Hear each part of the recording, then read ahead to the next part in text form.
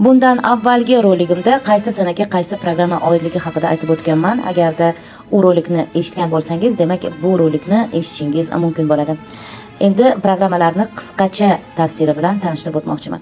Birinchi programma bu opa-singil aka-ukalar bilan, asosan opa va akalari bilan aloqasini yaxshilashligi to'g'risida aytiladi. Agar aloqasini yaxshilamasa, buni asoratlari bu hayotida kasalliklar bilan ham o'z alomatlarini ko'rsatadi. Ya'ni quloq, burun, tomoq, ko'z, shitavitka, ya'ni qalqonsimon bez, umuman shu bosh tomonda joylashgan uxa gorla nos deymiz-ku, mana shu kasalliklarga ko'p uchraydi. Shu a'zolari bilan muammolar juda ham ko'p bo'ladi. Shuningdek, nutqida, ya'ni fikrlarni jamlab qisqa va aniq lo'nda ifodalashga qiynalishadi. Shuningdek, kommunikatsiya bilan bog'liq masalalarda ham muammolar bo'ladi. Oldingi lidersiga chiqisha olmaydi. Shunday qilib, bir programmasi bu aynan opa va akalari bilan muammolari bo'lishi ko'rsatilgan. Ikkinchi programma siz avloddagi ayollar uchun kelganligingiz haqida aytiladi.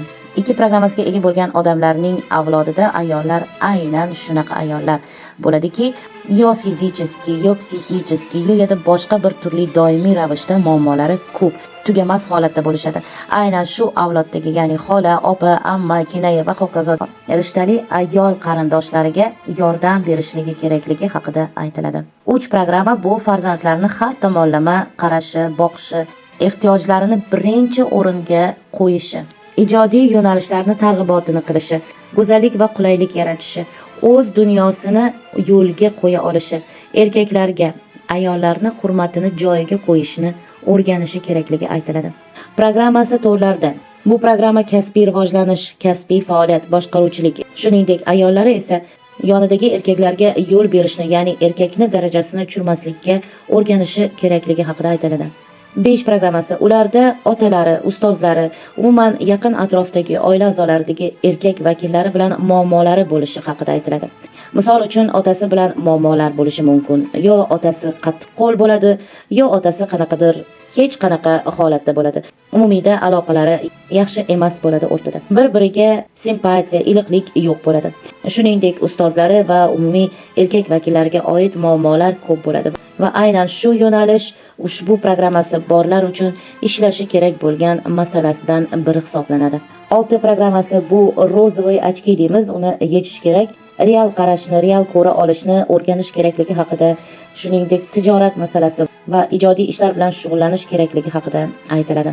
7 programmasi bilim olish va hattoki chet davlatlarda tahsil olish va o'z karyerasini mukammal qurish. Agar farzandlaringiz shu programmasi bilan tug'ilgan bo'lsa va chetga chiqaman o'qishga yo ishga desa va ish deganda bu qora ishchi emas, aynan karyerni rost, o'sish yo'lida bo'lsa, aslo uni yo'lini to'smang, chunki bu uning programmasidir. 8 programmasi bu adolat. Avval o'zingiz adolat nimaligini tushunib yetishingiz va so'ng uni qayerda bo'lsangiz ham o'sha yerda o'rnatib, targ'ib qilib yurishingiz kerakligi haqida aytiladi. Shuningdek, 8 programmasiga ega odam sotsium odami ekanligini va o'zini ko'proq sotsiumda rivojlantirishi kerakligi va albatta qonunlarga jiddiy qarashi va aslo buzmasligi kerakligi alohida ta'kidlanadi. 9 programmasi siz hammasini o'zingiz mustaqil qilishingiz kerakligi ko'rsatilgan. Shuning uchun qachonki kimgadir umid qilib ishonib qolsangiz, sizga aynan aksariyat odamlar sotqinlik qilishadi. Ishingiz orqaga tortadi. Hattoki oila masalasida ham. Bir ayol bo'lsa ham, misol erini qo'liga qarab qolgan, eriga ishonib qolgan, hamma masalasini va o'zi qilish kerak bo'lgan masalalarda ham eriga yuklab qo'ygan holatlari bor bo'lgan ayollar. Shunday holatlarda hayot nima qiladi? Ajratib yuboradi. Sabab sizni rivojlanishingizga to'siq bo'lib qolyapti. Ya'ni bilmagan holatda o'z eringizni o'zingizga to'siq qilib qo'yayotgan bo'lasiz. Siz o'qishingiz, o'rganishingiz, individual o'z darajangizni oshirishingiz uchun hayot sizni yolg'iz qoldiradi. Shuning uchun avvalo erkakni avtoritetini ushlashni o'rganib, yo'l berib, shuningdek o'zingiz darajangizni oshirishga harakat qilishni unutmang. Umuman har bir programma uchun har bir insonni bajarishi kerak bo'lgan o'z karmasi, vazifasi, missiyasi, dharmasi va boshqa ko'plab juda ham ko'p qilishi kerak bo'lgan, unga alohida individual yuklatilgan masalalarda yo'lida juda ham ko'p to'siqlar, qiyinchiliklar, alamlar, azoblar va hokazo juda ham ko'p bo'ladi.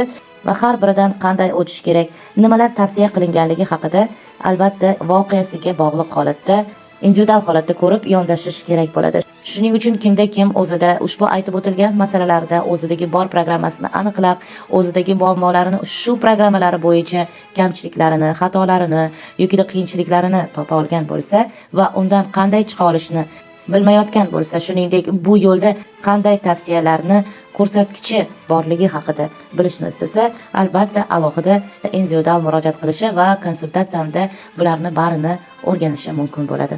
Murojaat uchun esa ushbu raqam orqali chiqishingiz mumkin bo'ladi.